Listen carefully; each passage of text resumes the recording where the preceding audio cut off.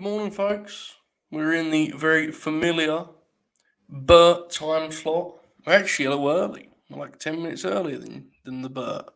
I hope you are well. Hopefully, some of you will be filing in here shortly. I'm told that some head-to-head competition may be awaiting me here over on latenightgrin.com. But if you're with me on Twitch, I appreciate you. If you're with me on Twitter, I appreciate you. If you're watching on YouTube, a couple of hours delayed, then I hope you're enjoying your lunch, I guess. Am I correct? Probably all right. So, hope you're well. We have some professional wrestling to discuss, which is generally the plan around here, believe it or not. So that is what we're going to do. We have a couple of shows to review. It was a packed weekend. I did not get to see everything. I actually wanted to catch Kojima's outrageous but also equally awesome title win. I wanted to watch Moxley and Speedball. Things happen, plans change, but I do have two pay-per-view cards to explore with you. If you are here in the chat, please tell me so I know that people can see me right now. But yeah, I hope everyone's well. And we're talking some New Japan and NWA here today. I'll start with New Japan because, well, that feels like the logical thing to do. Considering that from what I can gather, and I don't want to get ahead of myself, I'm going to actually ask everyone when they're in here, but I don't think that many people watched NWA's Alwayz Ready event. That is my guess. That is my estimation, my assumption. We will find out for sure very shortly here. Let me tweet this link. And let's get to it. New Japan had a big show on yesterday morning. Dominion is always one of their biggest shows of the year, but I think this was an important one because we're 2 weeks away from Forbidden Door. I think there was increased eyeballs on the product that frankly had been kind of wavering in recent years, I being one of them, quite frankly. I think, the product has struggled to maintain interest during this kind of pandemic era, however you best want to define it. A lot more shows, definitely leaning towards quantity more than quality, even though there's still a lot of the latter there for sure.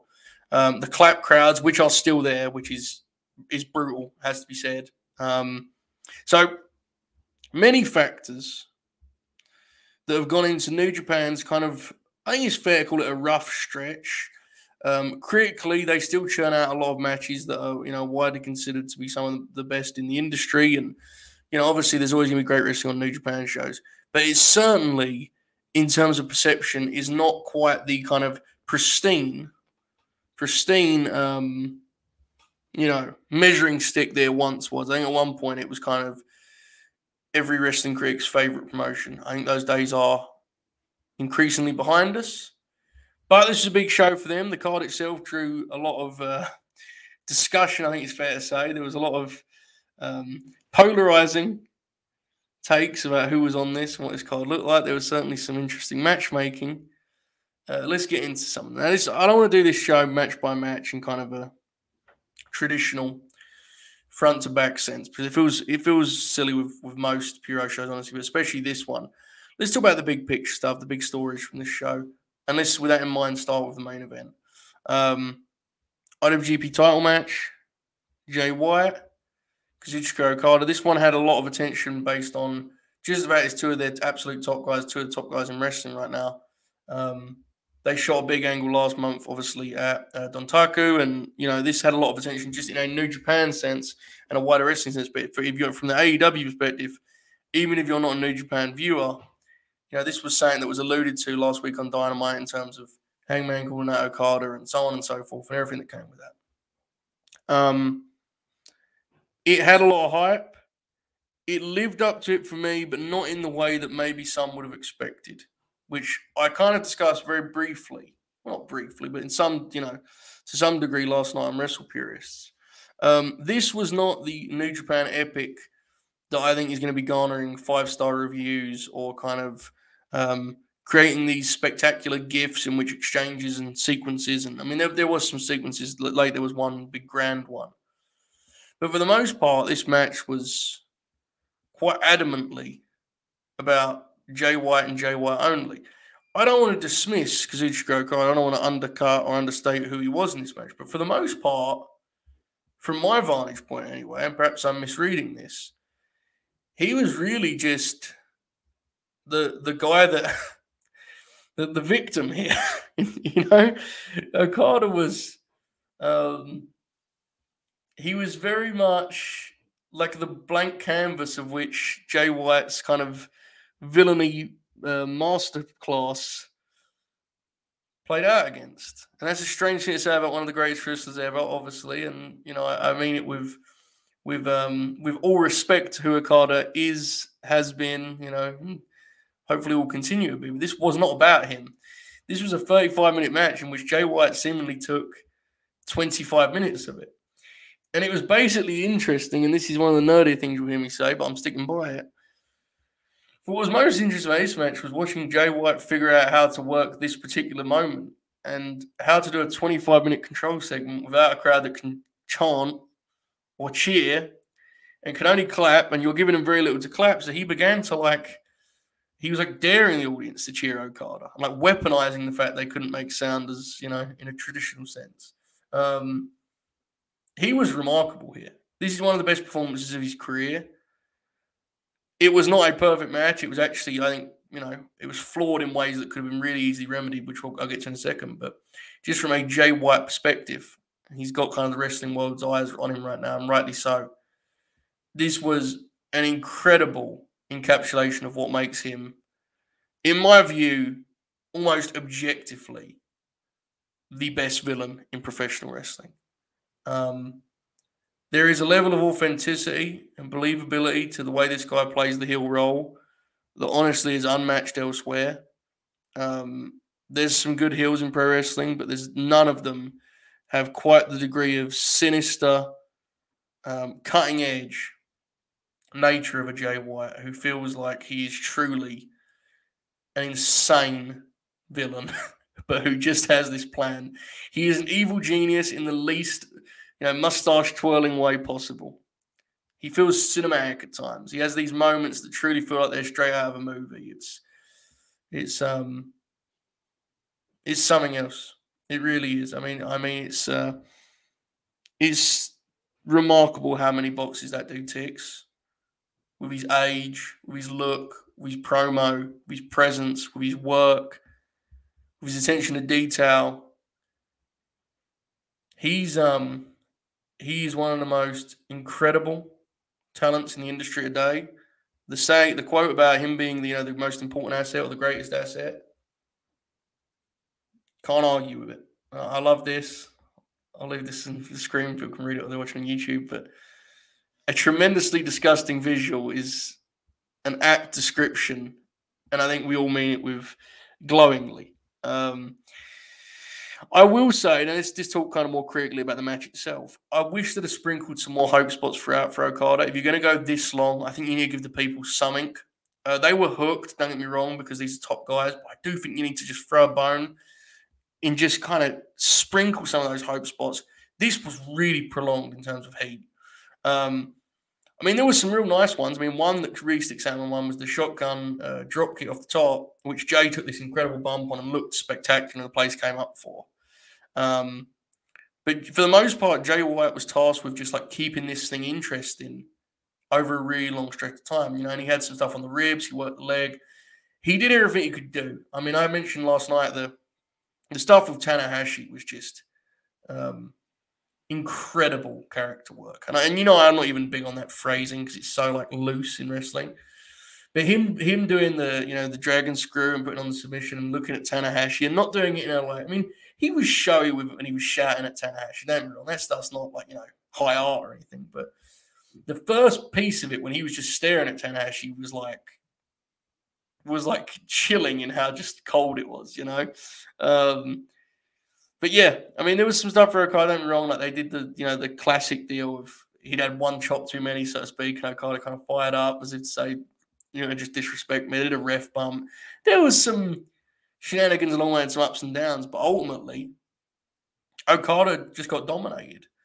I adored the finish in that as soon as he hit the Blade Runner, you could tell the audience, even though it was the first one, and unless they've changed it historically, there's a lot of You know, there's a lot of, not a lot, but guys will kick out finishes in a match of this magnitude. The way the crowd reacted to Blade Runner here was, that's it. It was a stunned, the kind of excitement in terms of just, we're about to see a title change, whether you like or dislike it. There's always going to be that energy in the building. But there was this stunned kind of awe to him hitting his finish there, because I think the audience realized that at this point in the match, that wasn't just going to be a finisher kick out, and it really packed a punch. It really emphasized how dominant he had been, which was interesting because, and I don't know if they thought about this. Honestly, I doubt they did because it's very inside baseball. But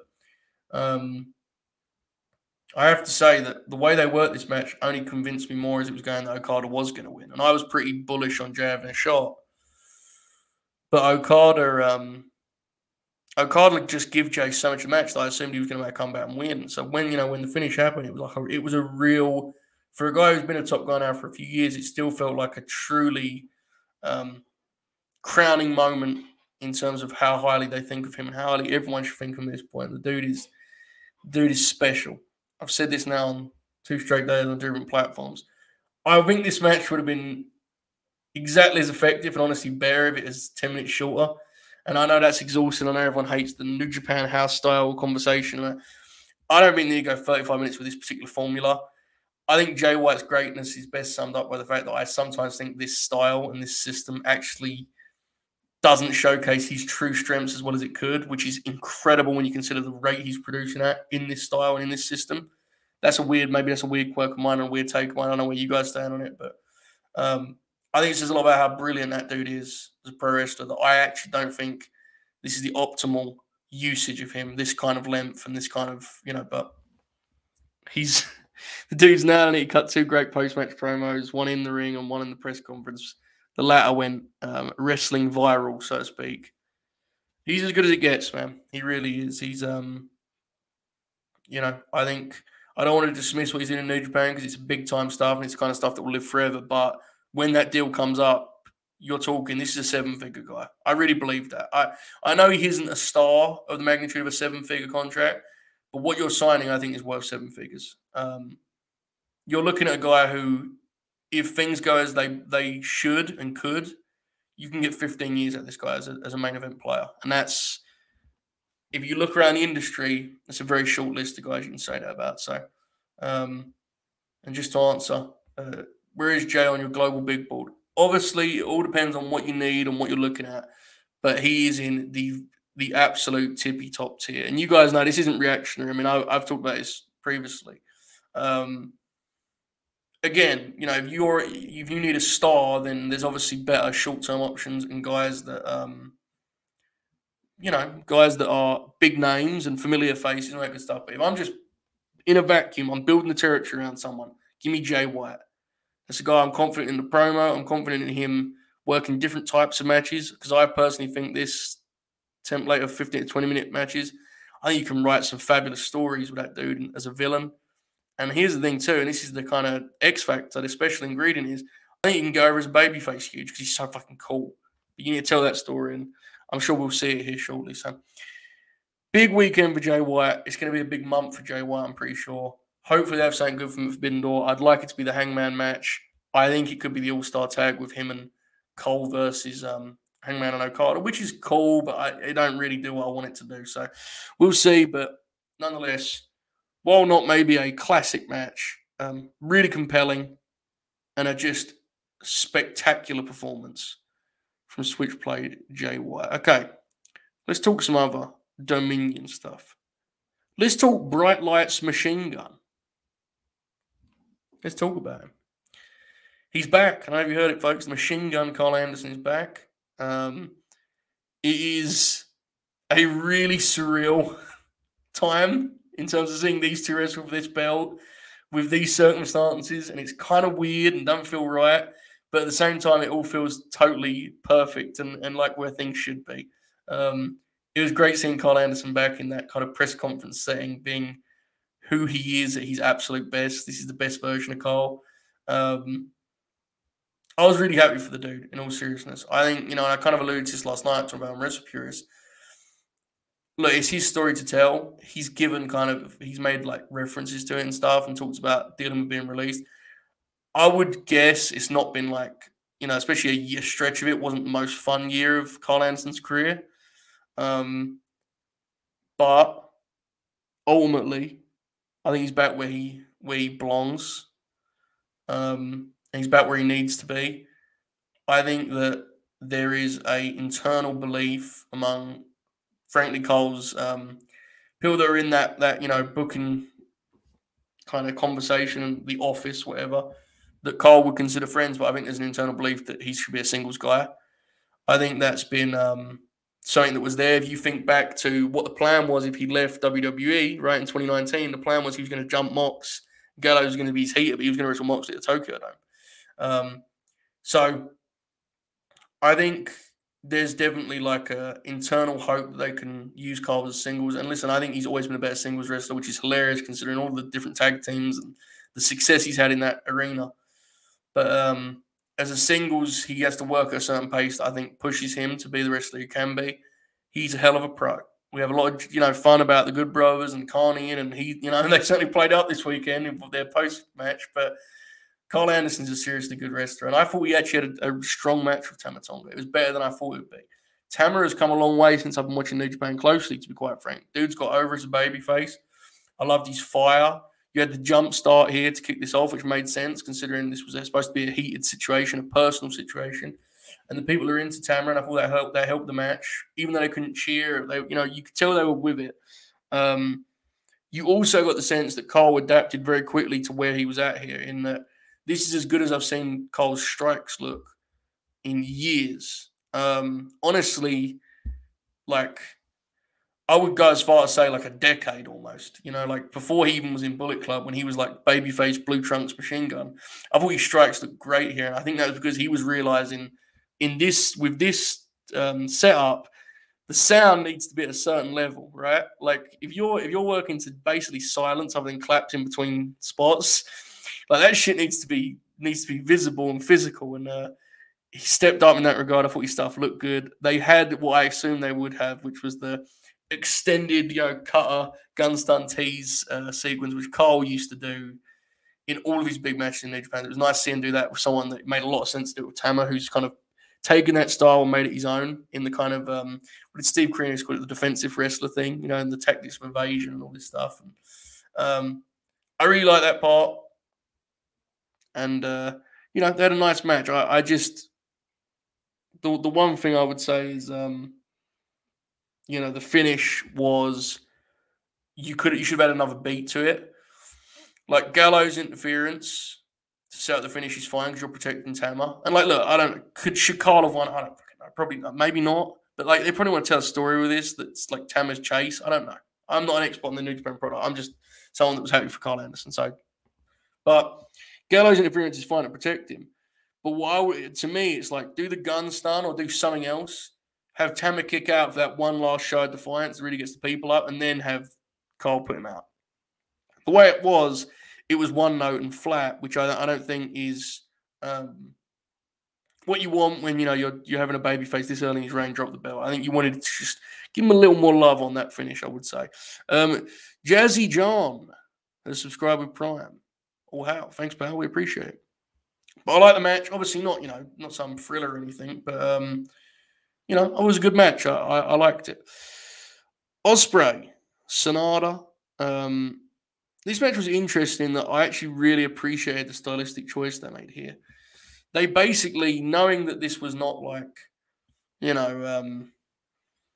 do we put this? This had no real context or like point beyond the fact that they just needed to crown a new champ, and they did. So it was like, I kind of saw this on paper, and I think Ospreay is a great offensive wrestler. But Sonata's never really done much for me. I mean, he jumps off the page in terms of like star potential, and he has a certain charisma. I always find his matches so just like hollow and aimless. So I kind of saw this and was like, oh, that could be tough. That may be unnecessarily self-indulgent. Well, I'm delighted to say they actually were very aware of this situation and just had like a 12-minute, 15-minute, whatever it was, moves match. And that sounds kind of like dismissive, but I mean it with love. There's something to be said for the moves match. And Will Ospreay, if you're going to do a moves match, Will Ospreay is about as fitting as a choice as you have for that because he has all the fucking moves you could possibly ask for. He does flips and kicks and all of the moves. And Sonata's pretty good. And so, I mean, Ospreay took most of it. The first act, he was in control of the whole thing. And his offense is way more fun to watch, so I have no problem with that. It was, I mean, again, I'm sure there was intricacies to it that I've missed here. And I apologize once more. I don't watch this product closely, so maybe I missed certain things. And I'm sure it happened. But to me, it just seemed that this was two guys who were very athletic and very dynamic, gifted pro wrestlers doing moves and getting out there before anyone was exhausted. Which big thumbs up in that regard. I would like to announce that while I'm doing this over on Late Night Grin, I've been informed that Bob, the great Bob O'Neill, has filled in for me at the 10 a.m. Eastern time slot. So if you're a subscriber, if you're a patron at latenightgrin.com, then apparently there's some sort of Bob show waiting for you. Maybe he's going head to head with me right now. I don't know. This is news to me. I've just been told this via text. So there you go. Ospreay, I liked his personality and just kind of the way he approached the belt not being there. I thought he came across as more genuine than is often the case with this character. So I like the match a lot. Let's talk Shingo and Taichi, who I forget what they called this, the unlimited pin. And from what I gather, they had. So here's what I'm understanding about this. They had a match that was it was like a race to 30 counts. And that went like 25 minutes. And then this was one that had a 10-minute time limit and was just whoever has the most. I don't know how often you could do this. I am not convinced this is a genre of match that can be returned to like regularly. But for this particular occasion, and for me who had never seen it before, I thought this fucking ruled. I'm kind of amazed at how much fun I had with this. I don't know why. I just didn't really think about it. I mean, it was, but like the way they did it, and it was logical as it could be, relative, because it's hard, because you literally just need a count, and you get you get that count. Like it's difficult. You don't want to think about it too much, because I think you'll kind of lose your mind. But I'll say the finishing stretch was really intelligently done. And there are some interesting things you can do with this in terms of storytelling. Like the fact that if you KO a guy, you could just get like as many counts it takes before the dude wakes up. If you do enough of these, you could definitely get you could definitely do something crazy with that, right? You could have like a crazy comeback. Like imagine a guy being up like 10, and you do like, Ospreay's elbow finish. I'll use that as an example. Like he hits that and goes for a cover and gets like 9. Dude kicks out 9. The fucking ref's like, oh shit. I was thinking about this. I was kicking around different. I mean, this intrigues me, isn't it? I don't know. Again, I don't know if you could do it a lot because I think it would wear out its welcome. But for this, it was really quite good. I really did love it. I have to say, Shingo obviously is one of the best wrestlers in the world. Taichi is someone who has been divisive at times. It seems like people have mostly decided they like Taichi now. Most of the time, I've not been watching, so I don't know. I saw some of these Zack Sabre Jr. tag matches, some of which were quite long. But he was real good here. These guys hit very, very hard. Taichi's always been able to have that kind of flip that switch in terms of getting physical with his strikes and stuff. So, yeah, this was really good. And I actually thought it added a really nice element of variety to the show. Now, to be fair, this particular show didn't really need a shorter match to begin with, in the sense that like none of this other than the main event was like excessive in length, which has been a problem for New Japan at times. But if I imagine this on like a show that has like 4 20-minute matches, this is a really nice change of pace, and it's all action and it's fun, and it still features relevant top guys in Shingo's case especially. So this is fun, but my main thing, I was just kind of pondering what you can do with this. I think it's an intriguing format. I apologize if it's like something that's way established elsewhere and I'm just unfamiliar. But it's new to me. That's all. I don't know what I'm talking about. It's just new to me, right? Hiroki Goto, Hiroshi Tanahashi. This was kind of hilarious. I mean, an objectively good professional wrestling match, but like it was wrestled with such a degree of self-awareness in terms of people not buying it. Like there was people on Twitter, especially like American and Brit fans of New Japan's product, which God bless, but like people love Goto because he's a tremendous worker and they want to like talk themselves into this like arc and these potential revivals. A lot of people were doing it jokingly, but I know some people were really into the idea, which nothing wrong with that. But this was absolutely wrestled in a way of like, oh no, these people know he's not winning. This gets over with. I mean, I don't know how long it went. It didn't feel very long at all. They basically got underway of like a steady babyface match. Goto cut him off with that cool, like he pushed him off and it looked like Tanahashi Maverick fucked his arm up, which was a little scary for a second there over the post. And then, Tanahashi sold and eventually did his thing. He targeted the knee and they were kind of just doing a match. And I will say there was a great near fall down the stretch with Goto getting that roll up deal. And, the people bit on that. I kind of bit on that a little bit. For the most part, it was paint by numbers, efficient pro wrestling. Tanahashi simply won with his finish after, I want to say like, let me check actually, because maybe I'm out of my mind here, but this didn't feel long to me.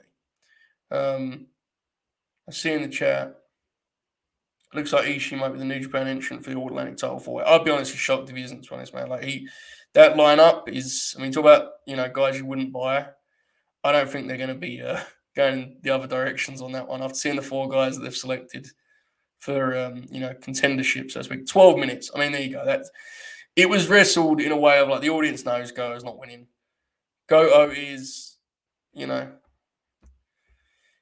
you take the sports style presentation, then you have to accept that not everyone's going to be the Jordan or the LeBron or the Messi, whoever. He's a guy who loses at the top level. That's kind of who he's been. That's who he was here. Match was solid. I enjoyed it. Always happy to see Tanahashi. A couple other things here.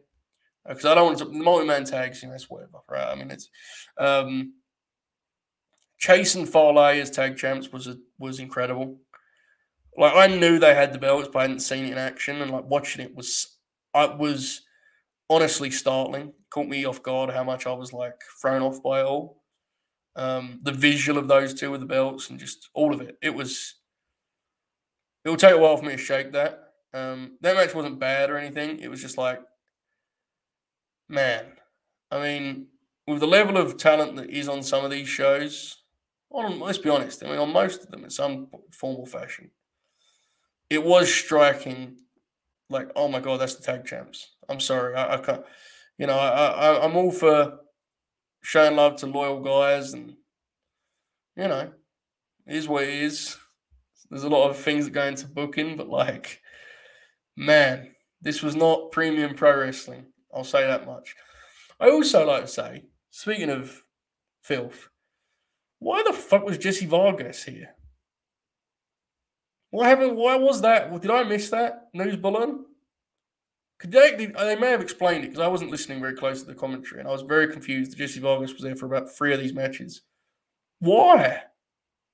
Did I miss saying he got the shit kicked down by Liam Smith a few weeks back? I assume that was the last I'd see of him. I don't know. Someone explained to me. Jesse Vargas was there. Anyway, Great O'Khan and Jeff Cobb are the tag champs, as they should be in this this division, this scene. They're obviously going to do something with FTR. That will be at Forbidden Door. The question is, and maybe I'm imagining saying it, isn't it? I just think Roppongi Vice is going to be in this. I don't think they're going to do 2-on-2. I think they should do 2-on-2. But I don't think they are going to do 2-on-2 because Trent got the pin on Rampage and Rocky shot an angle here. Granted, he got the shit kicked down, but he shot an angle here. There's got to be a reason Roppongi Vice is still in this thing. If it was just FTR versus the United Empire, then you'd have had FTR beat Roppongi Vice and then shot the angle on Dynamite. They didn't do that. My guess is Rocky Romero is going to be the one that takes the fall in this eventual triple threat tag, which, make that what you will. Maybe FTR will win or won't. I don't know, but I think that's what will happen here. And that's kind of a talking point in general of just, I do fear a little bit about the kind of matchmaking, maneuvering that has to take place, the political elements of this. Now, to be clear, They haven't announced that match. That may not be on the show. I'm just guessing here. But Roppongi Vice being involved the way they have been is kind of interesting to me. So there you go.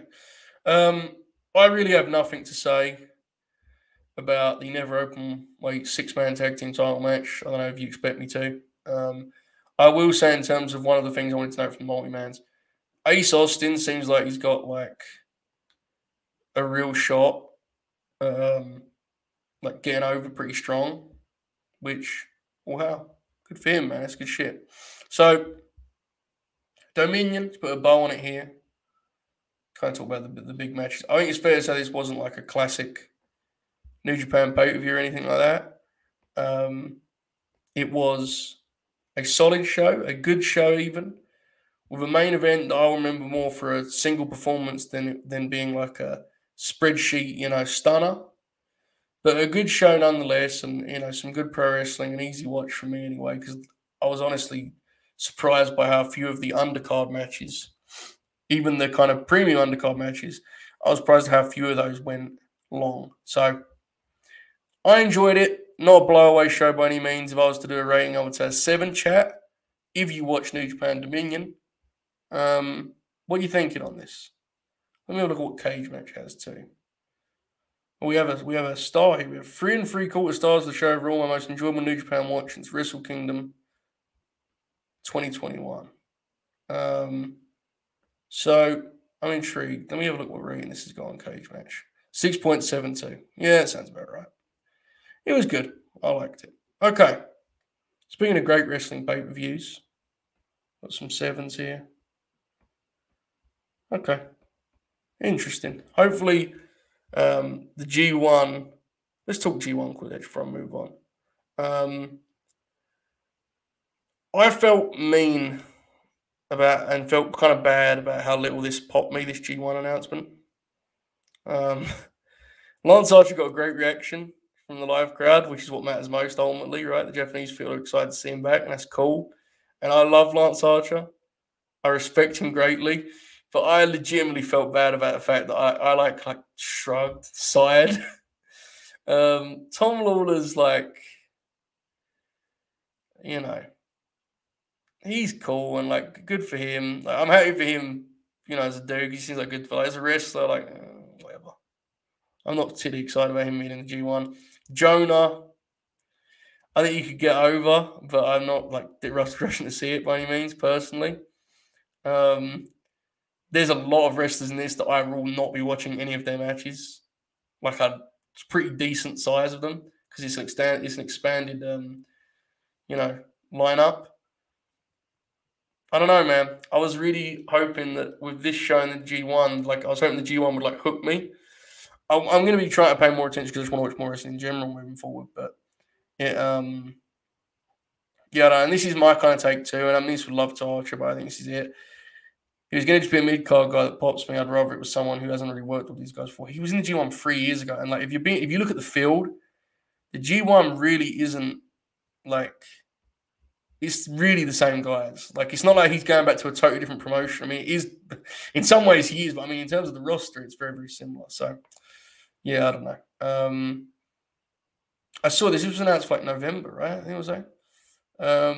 Does New Japan have a decent weekly TV product or just mostly watch the big shows? It's an event product. There are the way that product basically operates is there are like TV shows that simply keep you up to date on what's going on, both in Japan and then like here that kind of exists on Access TV. By here I'm in America. But you just watch the shows. Like if you would wanting to get into it, New Japan World, and you'd watch the shows. Now, if you want to just get a taste of it, then check out the Access TV show, I guess, which I think that is pretty up to date. In terms of like more traditional weekly TV, they have Strong, but Strong is very much like it's kind of a juiced up US indie with like the lion logo, which is cool, but that is kind of what it is. Yes, 4 groups of 7, right? So, yeah, I don't know, man. Like, I'm sure it'll be good, and there's going to be like good wrestling on it. It weren't quite as exciting as I was hoping. And I didn't even come this with this Danielson expectation or anything. Like, I don't know. Didn't really jump off the page for me, unfortunately. It's a shame. All right.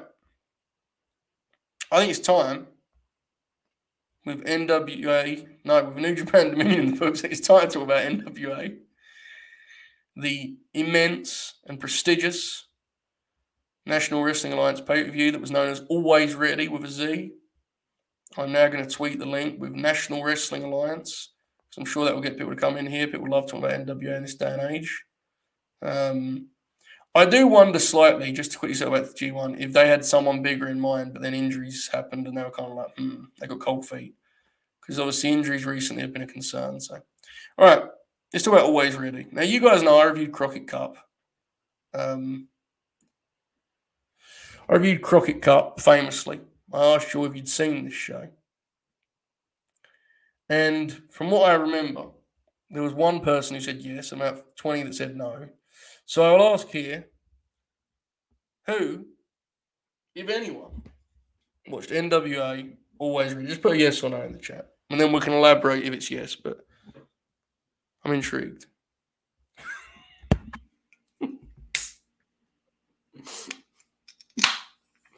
Right.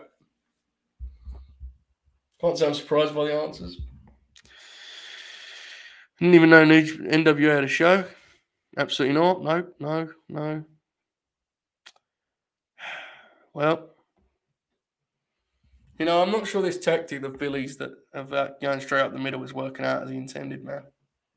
Maybe I'm wrong. I just don't know if it's going as he hoped for, All right. Well, look, here's what I'm here to tell you. This show, this is fair, by the way. Didn't buy this show specifically because they didn't clarify the Cardona situation. Very fair. This show was not bad. Its main event was slightly sad, but it was not bad. I will talk about some of the matches here. There was a women's tag title change.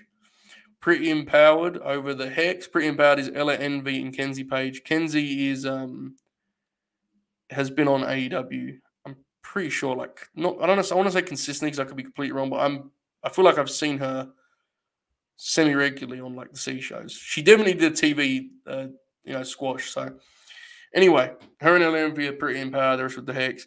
They were hometown challengers, so I initially thought this was a babyface match. And they did a neat deal where, I believe Darius is already come and gone, from what I can gather. I assume this was a babyface match, and they did this nice deal with the veterans, being, Marty and Allison kind of boss things early with experience. Allison made a mistake. They cut them off. Then, Pretty Empowered got this, vicious, aggressive heat segment. And I had to just surmise that they were heels. I think they were. They cheated to win eventually. So I guess they were heels. I don't know. They were baby faces in my mind because they were hometown, but maybe not. I don't watch the product closely enough. There was one moment that was particularly striking, and I'll do my best to describe this, in which Kenzie just in front of the referee just did a stomp that I believe Tim Storm politely described as south of the border, and the crowd was like, holy shit. That was real heat in the building. It was a short heat segment, but it was in all seriousness, they actually did a really good job. They were really aggressive, and Allison Kay did a really nice job of just giving some hope spots, giving some kind of fleeting retorts along the way. And it was a nice match. So shout out to Pretty Empowered, who I think both are super young. I think Kenzie Page is 20. I'm not sure how old Ella Envy is, but I think they're the same kind of crop of talent. The Hex, I like that team. So that was a neat tag match. I want to show some love here to Homicide, who, man, dude's he's 45. He debuted in 1993, which is 6 years before his first opponent here, PJ Hawks, had even been born. He isn't what he was. He physically, you can see him struggling at times, and it's difficult. He's had a lot of injuries. His shoulder's been fucked for, 12 years now. But he still has these moments when the people get behind him where it's man, he can still, roll back the years a little bit. He did that here. He wrestled PJ Hawks, as Luke Hawks' son, and they had an actual babyface match, not one where someone did a south of the border kick in the middle of it. And it was very much, the veteran versus the kind of young gun, right? And Hawks had like a speed advantage. And when he was wrestling, he would get the better of Homicide. And Homicide was trying to get into a brawl and he would avoid it. And eventually, once the champ, because this was the NWA junior heavyweight or whatever the fuck title, once he could like roughen things up, he turned things around. And there was like neat little moments that kind of encapsulated that story where Hawks would have a hold on and Homicide would like, bite his way out of it and stuff. And there was one very scary belly-to-belly suplex where Homicide nearly landed right on his head, which was frightening. Hawks is he is a clean slate in terms of the kind of wrestler he is, but he's athletic, and I think the same to be said for rookies having that kind of vibe of just being like he's just a dude out there wrestling right now. Nothing wrong with that. And the idea was that he'd earn Homicide's respect. They did a whole post-match angle where many people come in. But the match was a nice match, nice babyface match, which transitioned straight into, with that post-match angle, a Colby Carino match. Now, obviously, Homicide and Steve Carino is the stuff of legend. If you know, you know. Colby Carino is a guy who I actually really enjoy. And he seems like he's in a really nice spot right now in terms of his performance. And personally, from what I can gather, which, I think is way more important, obviously. So good for him in that regard. Hopefully he gets a shot. That's something more kind of substantial. But for now, he's doing good. And they had this kind of fiery brawl. Look, folks, this ain't like a great match or anything. But your champ has just wrestled a match. He's a veteran. The people like him. And he's defiant up against this annoying, scrappy heel. This kind of formula will always work to some extent for me. They brawled. They did some stuff on the ramp. It wasn't spectacular, but it was just good old-fashioned pro wrestling, Homicide's got an incredible ability still. Andre has followed. Thanks, pal. He has an incredible ability to work the crowd still. I mean, even if you look down the stretch on the Cop Killer, how much he got out of that tease, it was, it was a nice match. And, I will say, it was hilarious. They did this at Ring of Honor with when it was Final Battle. Homicide hit the Cop Killer and they had someone kick out and the crowd booed. Happened again here. They had Carino kick out and the crowd tried to bullshit, which is incredible. There was a good call on that. I believe it was Storm. It must have been Storm. Joe Galley was like, Carino may be out. Storm under his revs, Carino may be dead, which was a rare triumph from the NWA announcing perspective. But after that, he was doing the sell where he could barely stand, and it was all bait.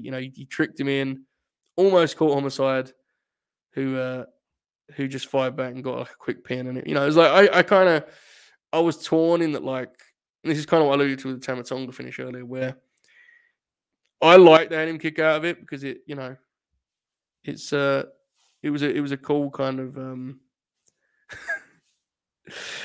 Morning Bob.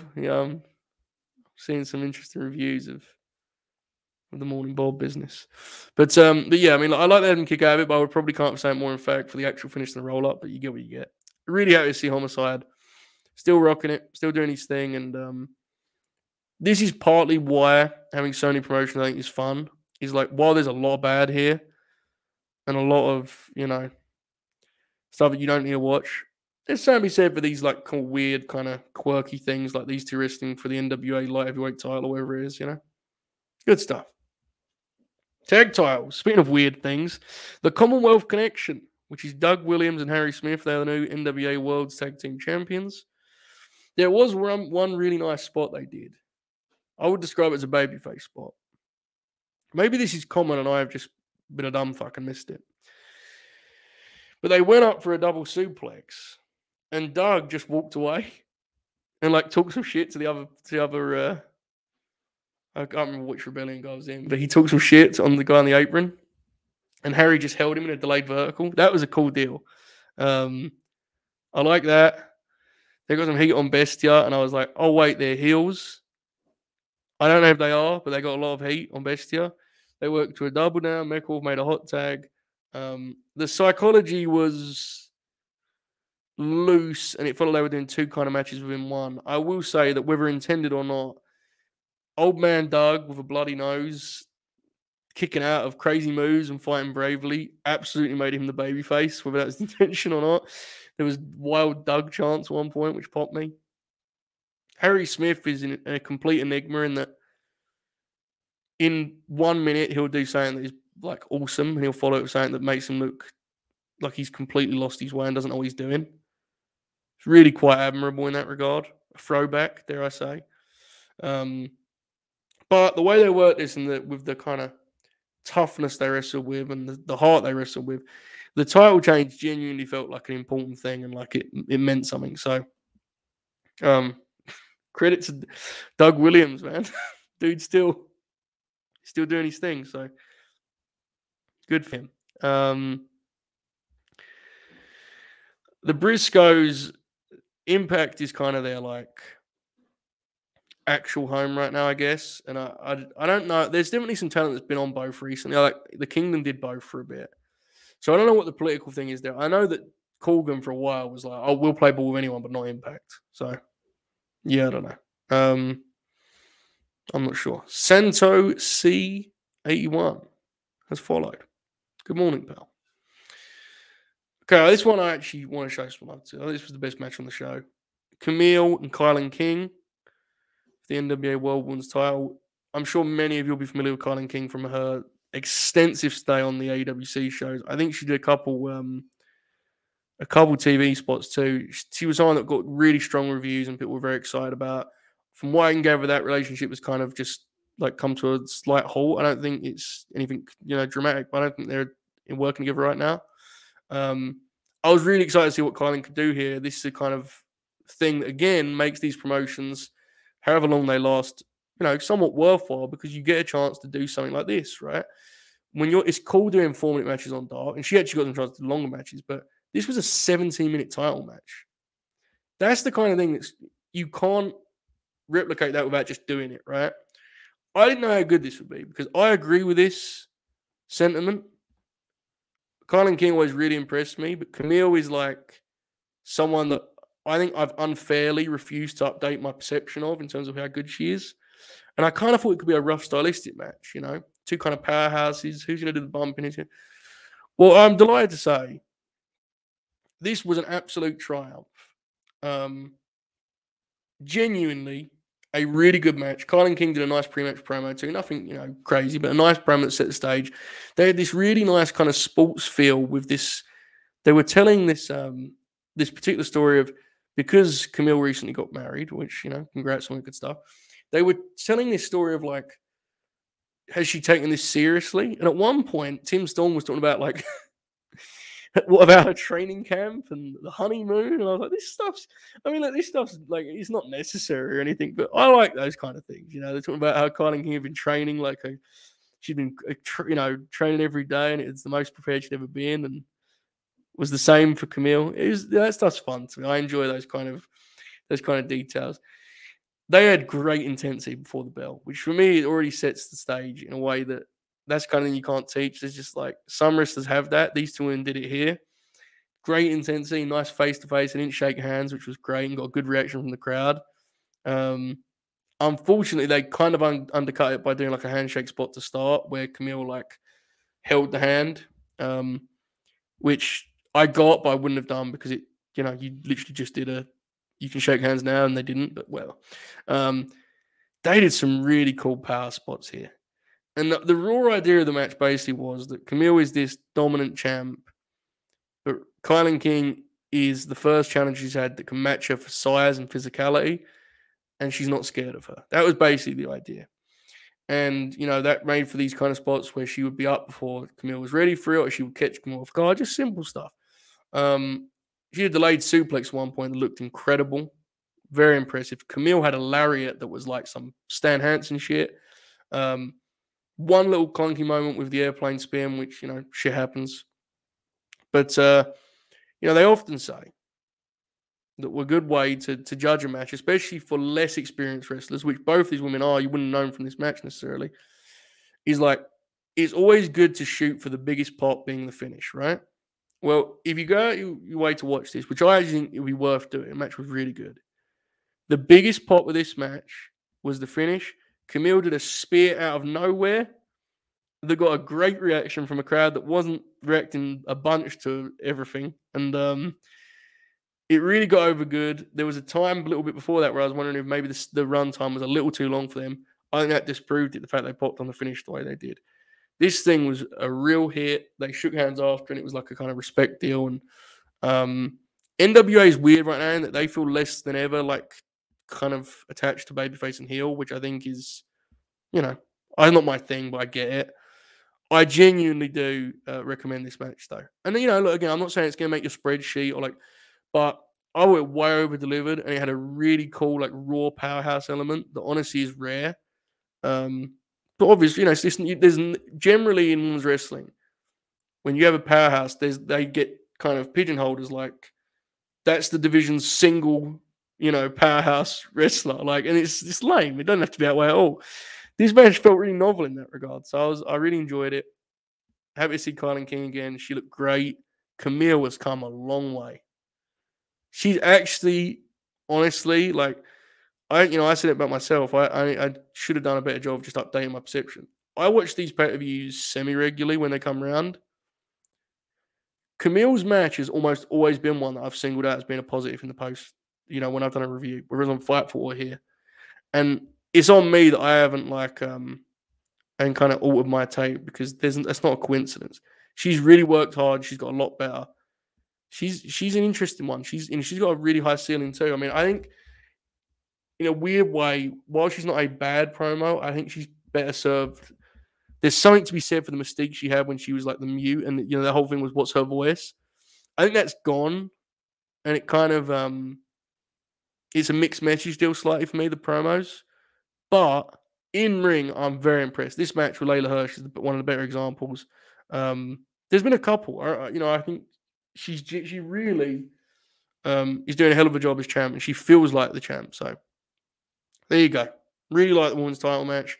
Camille and Kylan King, I recommend it. If you're going to watch one match from this show, that's the one. What not to watch is what followed that match, which was a segment to set the stage for the main event. So there's been much talk. Obviously, I think anyone with kind of awareness of the situation was pretty sure that Matt Cardona wasn't going to wrestle on this show, even though it was named after him. He had tore his bicep and had surgery, to be clear. There was one fan who just shouted the whole time Cody Rhodes would wrestle, which, you could make a bigger statement about if anyone watched this show, but no one did, so don't worry about it. It didn't seem like he was ever going to wrestle, and, nor should he, obviously. But, he comes out, and he has a sling, and he has jeans, and he's kind of promo, and he's talking about he's going to have to give up the belt, and, it goes on for a little bit, but it's his time, it's his show, no problem with that. And out comes Billy Corgan. Now, I don't know if you're aware of this, I assume you are. Billy Corgan is insane. He's one of the strangest men to ever grace professional wrestling. Think of the ground that covers. He is extraordinarily weird. Even the slightest things he does are weird. He walked out here and stood on the ramp for a minute and just looked at them. I mean, that's not true. I made that up. But he looked at them for a good 10 seconds. And he got in the ring and he started motioning to Cardona about giving him the belt. And then Nick Aldis came in. Now listen, you know this. Everyone has a lot of fun at Nick Aldis' expense. I don't dislike Nick Aldis. I think he's a good promo. I like some of his matches. I think, I admire his conviction when it comes to the NWA brand. With that being said, this work shoot business is bad news. Bad news. It has to be stopped. Nick Aldis came out and talked about carrying the company and talked about he talked about how ex-WWE guys, they attach themselves to hot products, and how, he called Billy Corgan and said, here's my Twitter numbers, give me a top spot on the card. And you're not a good wrestler, you're just... Come on, man. Can we just not do this? And look, it's a philosophical thing. I saw that Nick said that he believes shooting is the new working. Maybe he's right. In fact, based on the reaction of some of the stuff out there, he probably is in some ways. There is nothing I want in wrestling less than more of this shit. This shit is lame, dude. Whether he's good or not in the ring, he's the world's champ. Frame it at least that he cheats to win, but you still had like a 20-minute match with him.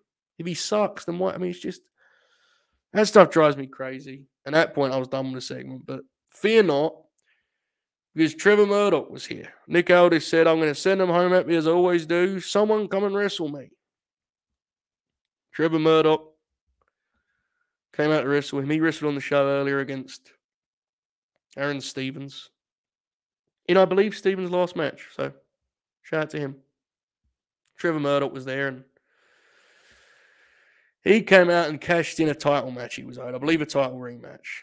And Billy Corgan was very confused. The whole time this has been going on, Billy Corgan has been, without a microphone, explaining to Matt Cardona that he would like the belt. He's praying. He's doing this very often. He would like the NWA World title back. So anyway, this is all going on, and then Tom Latimer comes out with the aforementioned Camille, and he says, "But Billy Corgan, you've been my boss twice, and you've never thought I'm a top guy. Is it because you don't believe in me, or because you can't see talent and all this shit?" And Billy Corgan's explaining that's not true. He is a top guy, and I'll prove to you I'm a top guy. And they're doing work shoot business, and Corgan is being weird. He keeps looking at Matt Cardona and praying. And then Sam Shaw came out, and he said, "I want in." At this point, there are 5 wrestlers in the ring, and Billy Corgan too. And it's obvious to anyone that they're going to do a fatal 4-way match, but for some reason there needs to be some sense of drama here. Yes, Sam Shaw did speak. He said, "I want in." There was some, for some reason we had to kind of get some drama at this. So eventually, after having many prayers, Matt Cardona handed over the NWA World title. He's very sad about this. He stormed off to the back. Okay. That part we all understand. So now you have Billy Corgan in the middle of the ring with a belt and 4 men in each corner, 1 in each corner of the ring. Billy Corgan at this point goes like this. Points at Nick Aldis. Points at Trevor Murdoch. At this juncture, Tim Storm says, "That makes sense." As if to say he was going to just do a singles match with the 2 former champions, and the other 2 guys were going to have to go back. His look is the same as Loomis. I don't know. I haven't seen the TV. He may be doing the gimmick. I don't know. So it was the same to me, but on TV, I don't know if he's still being like really creepy or he's just like a mute. I don't know, bro. But his look is exactly the same with a moustache and that. So anyway, he pointed at Trevor. He pointed, and Tim Storm said this will make sense, which we have different takes on wrestling. It is what it is.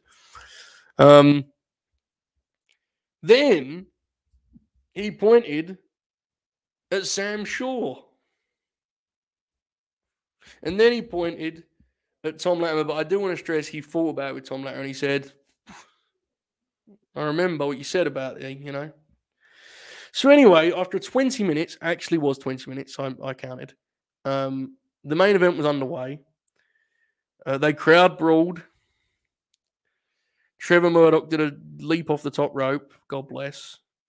There was a very unfortunate moment in which Trevor was going for his bulldog off the top and sort of fell down, which wasn't his fault. The actual turnbuckle would come loose earlier on, but it didn't look very good. I have to say, I have respect for some of these men. I quite like some of them. But in 2022, your emergency fatal 4-way match being this is sad. And I don't want to be mean-spirited. I'm rooting for the National Wrestling Alliance to live on and prosper. But this being your big-time fatal 4-way match is really difficult. And, if there's maybe one of these guys in the match, you can hire one of them. I mean, look, Aldis is fine. I like Trevor Murdoch. Sam Shaw's no, whatever. It's just, with the degree of talent out there, man. And here's the thing, too. When you're doing old-school pro wrestling, that's okay. This was a modern multi-man match. They did the modern match with the, breaking up of falls, and they did the crowd brawling, which is whatever. But the last stretch of it is like the modern multi-man match. when you're doing that, it becomes even more clear how limited your roster is because there's guys that can do this kind of match in their sleep that work in the local indie. And these dudes ain't built for that kind of matchup. And it's just a real shame because they're the top guys in the promotion, which is like, and again, look, let me be very clear. This match didn't suck. It weren't bad. It was just a nothing, which is sad to me as a fan of professional wrestling because I think we all know how many guys can churn out these like, move fest multi-mans at any given, time. So I don't know. Ultimately, Trevor Murdoch won and good for Trevor. Should he be the NWA World Champion? Probably not. On this roster, sure. I'll be honest, I watched this product enough to honestly believe that he is one of their best options on this roster, which that can say more about the roster or more about Trevor, depends on how you want to look at it. This was a fine show. I did not watch. There was some matches I skipped. Tyrus. What I saw of it was fine. There was a couple matches I liked. This was not a disaster. I don't want to frame this as wrestle crap or anything like that. I just wish there was some more creativity in terms of talent recruitment, talent scouting. Sam Shaw, look, I think he's a nice signing, Andrew, for sure. He's, a decent talent and he's got some he's a nice signing. But generally, it's just going in circles in terms of the talent roster, which is a shame. And as long as it's that way, these shows will have a clear ceiling, unfortunately. But nonetheless, the live crowd seemed to have fun. There wasn't a ton of people there, but they were, there was some people there and they was having fun, and it seemed like a fine show. So hopefully, they can recover from Cardona getting hurt and try and figure out something exciting. I don't have high hopes, but I'll try and cover what I can. The women's tag was good. Nothing blow away. It was like 8 minutes, but it was a nice match. I like the Hex a lot, and it was nice to see the new team. So pretty empowered. So yeah, what I saw of there was some fine stuff here. When I would say if you want to go out of the way to watch one match, Camille and Kylan King for sure, especially because it felt different. And Kylan King, if you're an AEW fan, you'll be aware of, especially. So yeah, if I was to rate what I saw, 6, whatever, I didn't see it all, so I don't want to give a rating, but I'll try my best to cover these pay-per-views when they come around because, listen, man, it's pro wrestling, right? At the end of the day, it's stuff that vaguely interests me because the studio format would be a pop for me. I don't even think they even really do the studio format anymore. From what I see, they do like tapings in arenas. They do tapings in buildings. Whatever. All right, let's take this thing home. I wish I could have reviewed Speedball and Mott's. I did not have time to get around to that. The Kojima match, ideally I would have got 2, but you get what you get. These were 2 shows that I did pay some attention to. Obviously, Dominion was the stronger show. Jay White stole the weekend, goes without saying. Just to explain before I go what these Monday shows. So, this isn't The Burt. The Burt is now, and this is just the best way for me to explain it to myself. I hope it makes sense to you. The Burt is Tuesday, Wednesday, Thursday, Friday, 10 a.m. Eastern, latenightgrin.com. It's now a paywall exclusive. Okay? Yes, they are. I believe it's the Chase, yes. Yano versus Gallows was it was a match that happened. Mondays will be fluid, basically. Sometimes it will be My Match Monday on the paywall where you wonderful folks give us a suggestion of matches and I'll review them. But generally what it will be is a weekend review. Here's why it's fluid. Shit like this, only I'm going to be reviewing. Right? But when there's an AEW show, we're going to be on a lot later because the guys want to review that. When there's Impact, Jay Shell and I may do it. When there's, God knows what. Well, it changes week to week, basically. So just, you follow us on at Late Night Grin on Twitter, you'll get kind of updated. But, yeah. So that's the changes. If you want more explanation, watch Fleet Week from yesterday because I explained it, a little more detail. But AEW coverage isn't going to be lessened. It's just going to be, not as kind of unnecessarily extensive, is the best way I'll put it. But as we like to say, we cover wrestling, right? And we do a bad job of that sometimes, but we try. Hopefully, you've enjoyed this. This is the last free show before I'm away. I'm going on holiday tomorrow night. With that in mind, I believe I'll be doing something Wrestle Purists tonight. Tomorrow, The Burt on the paywall, the last one before I go away, we'll do a Q&A on latenightgrin.com. The 31 with Robert O'Neill is back again tomorrow night, 6:05 Eastern, which all hail. And then at, I believe it will be 8 p.m. Eastern, we'll be wrapping things up before I go away with a Clash of the Champions Grin along. We're going to be watching the 1989 June 14th Clash of Champions on the 23-year anniversary or whatever. I don't know. Terry Funk versus Ricky Steamboat. That's because I'm going away literally like an hour after we're done that show. So I wanted to kind of give you guys something to close it out with. That'll be at latenightgrin.com. And yeah, I hope you've enjoyed this, folks. I'll see you tomorrow, same time slot over at latenightgrin.com. And in the meantime, enjoy this outro. All hell.